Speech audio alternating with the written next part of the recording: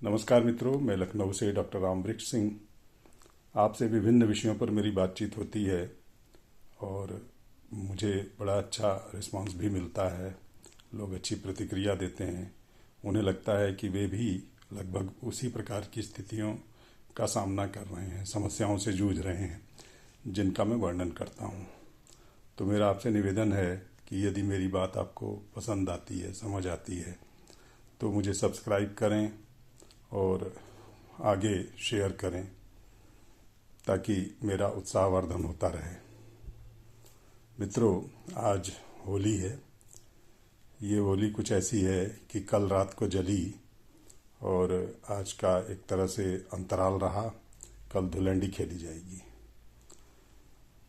होली हो या दिवाली हो, अक्सर जो लोग काम करते हैं, जिनके कुछ सहायक होते हैं, चौकीदार होते हैं, मजदूर लगाकर काम करवाते हैं, उन लोगों को ये समस्या झेलनी पड़ती है कि मजदूर या उनके कामगार या चौकीदार सब कुछ बीच में छोड़ छाड़ कर भाग जाते हैं। मैं ये नहीं कहता कि उन्हें त्यौहार नहीं मनाना चाहिए, लेकिन एक होता है कर्तव्य बोध, जो हमें प्रायः नज़र नहीं आता, जिसकी बहुत भारी कमी है हमारे देश में। कल एक सज्जन से बात हो रही थी। वे टेंट हाउस चलाते हैं। कह रहे थे कि मेरे पास 38 लोग हैं, लेकिन होली की वजह से गोदाम की रखवाली करने के लिए एक भी व्यक्ति अब नहीं मिल रहा है। तो हमारे देश में प्रोफेशनलिज्म की बहुत ज़्यादा कमी है। लोग अपना उल्लू सीधा करते हैं, अपने पैसे लेते हैं और निकल लेते हैं। उनका आपसे, आपके नफ़ा नुकसान से कोई मतलब नहीं है। हमारा देश इस समय दुनिया का सर्वाधिक जनसंख्या वाला देश है, लेकिन वो जनसंख्या ऐसे लोगों की है कि जो खाते हैं और करते बहुत कम है। खाने के लिए 81 करोड़ लोगों को प्रति माह 5 किलो अनाज दिया जा रहा है, लेकिन उनसे कहा जाए कि चलो इसके एवज में कुछ काम करें तो वे लोग बुरा मान जाएंगे। ये इस देश की बहुत बड़ी समस्या है। हमारे राष्ट्र कवि मैथिली शरण गुप्त जी ने लिखा था कि हम राज्य लिए मरते हैं, सच्चा राज्य परंतु हमारे कर्षक ही करते हैं। उन्होंने तो कृषकों की बात कही, लेकिन आज का अगर परिदृश्य देखें तो कृषक ही नहीं, मजदूर भी खूब मौज करते हैं। कोई कहेगा कि अरे वो तो झुग्गी में रहते हैं, तमाम तरह के कष्ट झेलते हैं, तो मौज कैसे करते हैं। देखिए, मौज या आनंद या खुशी या प्रसन्नता ये एक मनोदशा है। इसका आपके बाह्य परिवेश से कुछ अधिक लेना देना नहीं है। कोई आदमी झुग्गी में भी सुखी रह सकता है, कोई महलों में भी दुखी रह सकता है।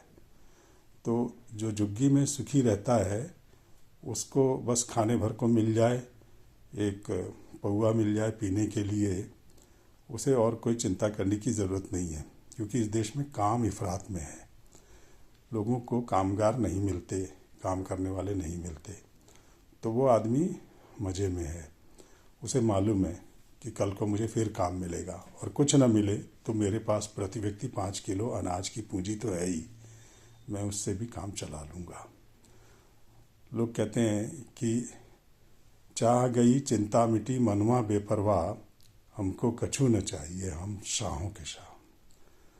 तो ये सही बात है कि अगर आपके मन में कोई चाह नहीं है, आपकी इच्छाएं सीमित हैं, तो आपको मज़े में रह सकते हैं। लेकिन इससे देश की अर्थव्यवस्था आगे नहीं बढ़ती। अगर आपने अपनी आवश्यकताओं को सीमित कर लिया तो आपको कुछ चाहिए ही नहीं तो देश के कारखाने किसके लिए सामान बनाएंगे। देश में जो विभिन्न सेवाएं और उत्पाद उपलब्ध हैं, उनका उपभोक्ता भी तो होना चाहिए। ये उपभोग तब बढ़ेगा जब आप काम करेंगे, पैसा पैदा करेंगे, आपके पास डिस्पेंसिबल इनकम होगी, आपके पास खर्च करने लायक रुपए होंगे, तब आप अर्थव्यवस्था में योगदान कर सकते हैं। लेकिन अगर आपने लोगों को ऐसा बना दिया कि उन्हें कुछ चाहिए ही नहीं, वो खा पी के मस्त हैं बस, और कुछ उन्हें चाहिए ही नहीं, तो जब चाहिए ही नहीं तो ये जो 1.5 अरब की आबादी वाला बाजार है, और 3 अरब के हाथों वाला जो जनबल है आपके पास वो बेकार है, क्योंकि उसे तो कुछ चाहिए ही नहीं। जब उसे चाहिए ही नहीं तो वो काम क्यों करेगा? वो तो अपनी मस्ती में मस्त है। कहते हैं कि मस्त राम मस्ती में आग लगे बस्ती में। तो हमारा कार्यबल ऐसा ही है, उसमें प्रोफेशनलिज्म नहीं है, पेशेवराना रुख नहीं है उसका। वो अपनी मस्ती में मगन है। आप अपना कारखाना चलाते हैं, आपके कारखाने को कुछ भी हो जाए, आपके कामगारों को उससे कोई मतलब नहीं है, वो कोई ओनरशिप नहीं मानते आपसे। इसी प्रकार आप कोई दुकान चलाते हैं, आपका जो नौकर है, आप सोचे कि वो वफादार होगा आपका, बिल्कुल वफादार नहीं होगा। वो आपकी कमाई पर निगाह लगाए है, हो सकता है आपके यहाँ डाका डलवा दे। तो हमारा कार्यबल, हमारी मानसिकता इस निम्न स्तर की है कि ये देश सर्वाधिक आबादी वाला देश होकर भी आगे नहीं बढ़ सकता।